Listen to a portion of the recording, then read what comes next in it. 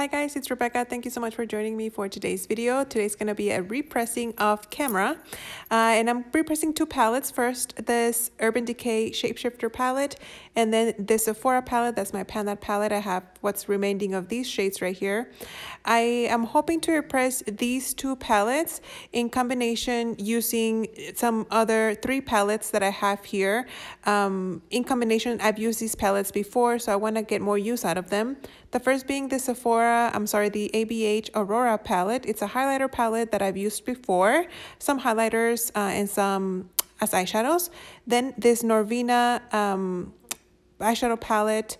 I've used this before, as you guys can see as well. I used it last year, and since I already started kind of picking at it, I decided to use it again. And this Bare Minerals quad that I'm currently using, this creamy shade right here, but I'm hoping to use these other two shades. So we'll see what I can come up with. So I'm gonna move some stuff out of the way and get ready to start panning or repressing the Urban Decay Shapeshifter palette, since that's the one that I'm not going to really franken much. I am just hoping to repress the highlighter. I'm sorry, the bronzer.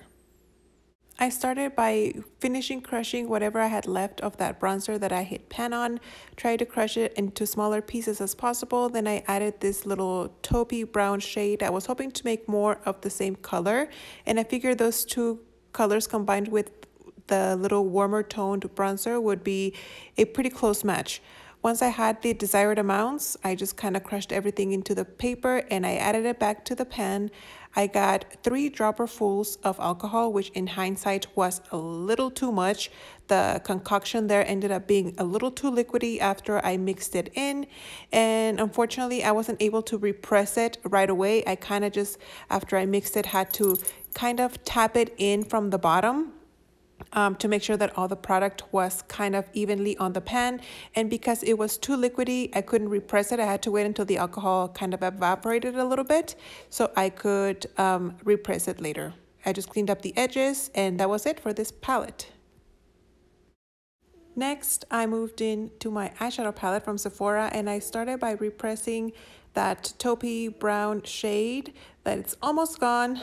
But I wasn't planning on repressing that or frankening that, since that's been being used as my crease shade for the most part. So I decided to just crush up that little bit that I had left and just repress it so I could use it up. Now, after following the same steps as before, I just repressed it and I moved on to the next shade. The next shade that I'm working on is this kind of creamy shade that I have here. I definitely knew that I wanted to franken this shade because since I'm already using a creamy shade in the Bare Minerals palette, I figured I didn't need two light or similar colors. So I went ahead and crushed it, and I used this color right here, this bright pink, to make it. I was hoping to make it a little bit pinky, but it turned out more pinky than I wanted to, but it's okay. I think the final product still looked very, very pretty. So I took a chunk of it and I added it to the pan, and I just mixed it up, added alcohol, and repressed it.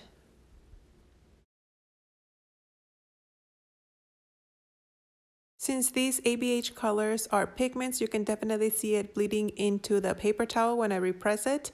Kind of looks scary, but they ended up creating a beautiful, beautiful shade. So I'm okay with that. Next, I used the second color. I scooped it out all from the pan. I was hoping to create a little bit of a purpley shade. It didn't quite come out as I wanted to. You guys will see that on the final swatch, but I wanted to use a purpley shade from that same ABH palette. So I don't know why I took it out of the pen and to the paper instead of just crushing it there. Don't understand my thought process. But anyway, I went ahead and I scooped some of that shade, that purple shade in the corner, onto the pan. Maybe I should have added a little bit more or gone with the darker purple, but it is what it is. After I finished mixing it and kind of cleaning out the edges, I got a little piece of, not toilet paper, paper towels. I added it, I repressed it. As you guys can see, you can see the pigment on the paper towel. But again, it doesn't look as purpley as I wanted it, but the final product still looked pretty. Just kind of cleaning up the edges here to make it a little bit more presentable. So that is that for that shade. Now for the next shade, I decided to split the pan into two. So I wanted to create two more shades. I don't know if you noticed, but eventually I cleaned out the X from that empty palette because I thought I was going to create 6 shades total, but I only ended up repressing 5. So I split it in half. So that half shade that I have here, I kept as is. I wanted to continue using that color because I do like it. I think it's a very pretty coppery shade. So I just did the basic repressing here, alcohol, mix, and repress. After repressing that coppery shade, I got the other half that I had scooped out earlier, and I went over to my ABH Aurora Glow Kit and I used the whitest shade of the highlighter that I had there. I could have used a lot more, but I was afraid that if I made too much mixture, it wouldn't fit in the pan. So I got about half of the little bit that was left from that concoction, and I was going for a light coppery shade, a light maybe taupey shimmery kind of shade, but unfortunately maybe I needed to add a little bit more yellow or a little bit more cream. It didn't lighten as much as I would have liked. It ended up looking still very similar to the regular copper shade, so you guys will see that on the swatch. Once that shadow was repressed, I just went over to my Aurora Glow Kit and I scooped out the rest of that teal blue highlighter. That is never going to go on my face, so I decided to just repress it onto the palette so I could, you know, multitask it as an eyeshadow. I didn't quite all fit in the pan, so there was a little bit left on the paper, but that's okay. I just repressed this as is. I didn't add any extra shades onto it or anything like that, so it was a really fairly straightforward process of repressing. This is what the final palette is looking like, and I'm very excited. I'm feeling motivated. I feel like I have a brand new palette to work with. Those 2 pops of color look very motivating to me, and I'm excited to start using it.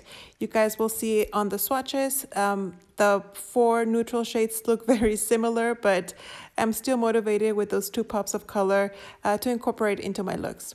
Thank you guys so much for watching. I hope you guys enjoyed, and I'll see you on the next one. Bye.